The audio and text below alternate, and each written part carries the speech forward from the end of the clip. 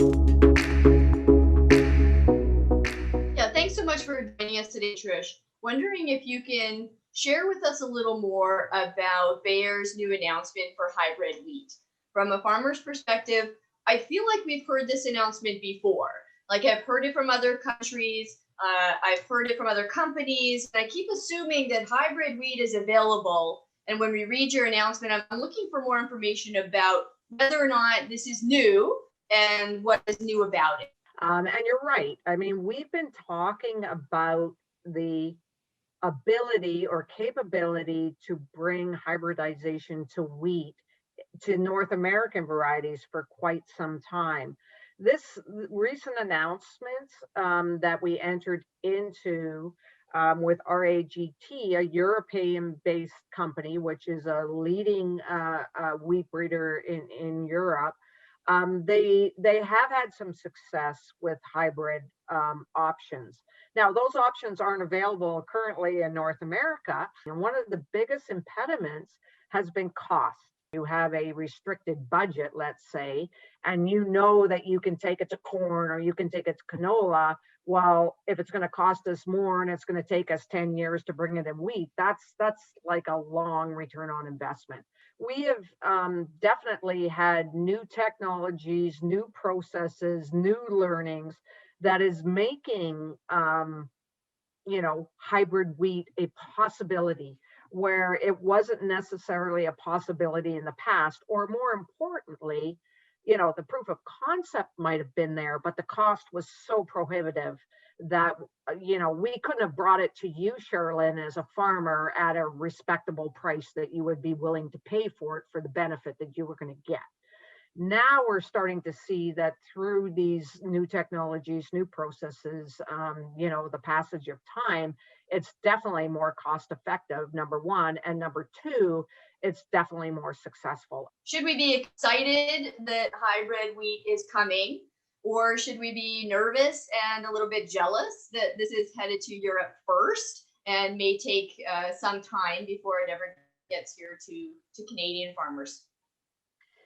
Good question. And let's face it, I know you're competitive. I'm competitive. We all want to be first, right? So definitely a fair question. I think one of the benefits of this agreement is that we're working with a company in Europe that has a long history. They're the leading wheat seed developer in Europe, so they have a long history. And would we have preferred to have it happen here in North America, whether that's Canada or the US? I think that's a fair question. But what I would say is, number one, this is good for the wheat industry because it shows that people or companies are willing to invest in wheat as a crop. And I think that's very, very important. The fact that it's happening in Europe first and it's happening in winter wheat first, I think is less irrelevant, because even with this partnership, we're not looking for commercial varieties likely until the latter half of this decade. So it's still got a fairly long timeline. But I would say that everything that we're going to learn out of this partnership in Europe is going to be transferable to our North American business, in our case, the West Spread business out of the US. And that's going to benefit kind of our timeline and our ability to bring something to North American farmers. And then the only other comment I would add is, like, to your comment, it's just like every other crop. If what we eventually introduce down the road does not have an economic benefit for you, does not have a sustainability benefit for you, does not have a yield benefit for you, although I would find it hard to believe that hybridity to wheat wouldn't have a yield benefit just because of the consistency.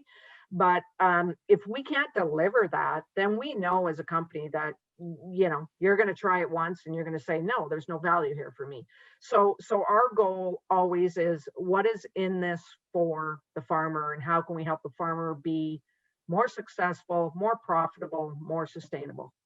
As an organization, the wheat growers have always been very supportive of companies that are willing to invest time, energy, and a whole lot of dollars in wheat, and whether or not that is wheat genetics, wheat inputs that we can utilize for wheat, all of those such things. We're very appreciative of organizations and companies that spend that time and energy and money. So for that, we send our gratitude. Thank you. I appreciate that. And the Wheat Growers have always been a big supporter of science-based solutions, innovation, technology, and we certainly appreciate that as a company, because our whole reason for being is, how do we apply science to improve the lives of not only farmers, but consumers? It's not just about the seed. It's about bringing that systems approach. This is what we call our systems approach, or that tailored solution for Cherilyn Jolly or her daughters on the farm, right? So it's not just about the seed, it's about the seed and the trait and the chemistry to protect your crop from whether it's the weeds or the fungal diseases or the pests. And then you've got new biologicals, and of course our latest platform, data is a big thing. Our climate field view, and how can that help you to be more successful on your farm, and how can you contribute to that whole sustainability discussion, because whether it's in wheat or whether it's in a different crop, I think these are things that we need to think about, not only as a company, but also I know you're thinking about them, right? Because you kind of need that whole package to be successful, and you need every possible tool that you can get your hands on so that you can produce the highest quality, highest volume crop that you want and need on your farm, but you can do it in a sustainable way, right? So reducing greenhouse gas emissions, more targeted precision agriculture on your fields, less impact on soil, water, et cetera, et cetera. So I know that sounds a little bit like a bit of a company pitch, but it's important, and that consumers are watching for this sort of thing. And we are already doing it. We're just trying, you are already doing it. We're just trying to find a way to help you to be more successful in that regard. Yeah, I agree with you, Trish. And I think more now so than ever before, companies like Bayer and farms like mine have a number of additional metrics that we need to check off in order to yay or nay a new innovation and to grow the next crop. Generations before me that would farm, it was an annual event to grow and harvest the crop. And we've seen, every generation after that has seen, an umpteen, long list of metrics that we now have to consider. So very similar to what Bayer is having to go through in their R&D process for wheat innovation. Because I will say, you guys have to know, our 30-30-100 plan is 30% reduction in greenhouse gas emissions, 30% reduction in crop inputs.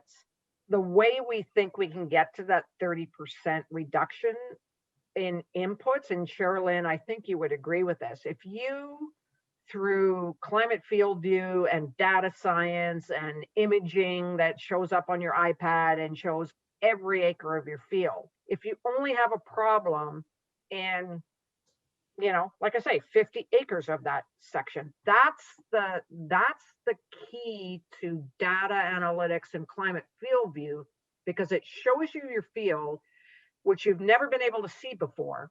I'm a bit of a skeptic, and I'll play devil's advocate, because I don't think that crop inputs are the enemy. And so for most consumers and for the public, they view inputs as the enemy. And so I hear a company like Bayer say, we want to reduce our inputs by 30%. What the farmer wants is to reduce our expenses equal to inputs by 30%. That would be lovely. But we appreciate and we acknowledge what those inputs are doing. So to use your example, when it comes to, say, a pre-seed burn-off, there has been numerous occasions where we have it, and we have umpteen thousand acres that we crop check on our own. And there's been those times where we've cut back on the inputs to save money because we assume that it isn't needed, and then we regret it afterwards. So I'm waiting. I'm still in the skeptic mode. I want to believe that I can reduce my input cost and my impact by 30%, but I'm also such a strong advocate of the importance of those inputs. because the weed is the enemy here. Yes, totally. The input is not the enemy. You know, the insect is the enemy Yeah. here. The disease Yeah. is the enemy here. And the medicine that I have to protect is the inputs. So I'm always, you know, I'm fighting back a little bit about those 30% reductions. The 30% reduction of fertilizer is an irritant for me too, because we see the benefits of fertilizer. But I understand and I want to believe that we're going to get to a place where the reduction of those inputs makes sense.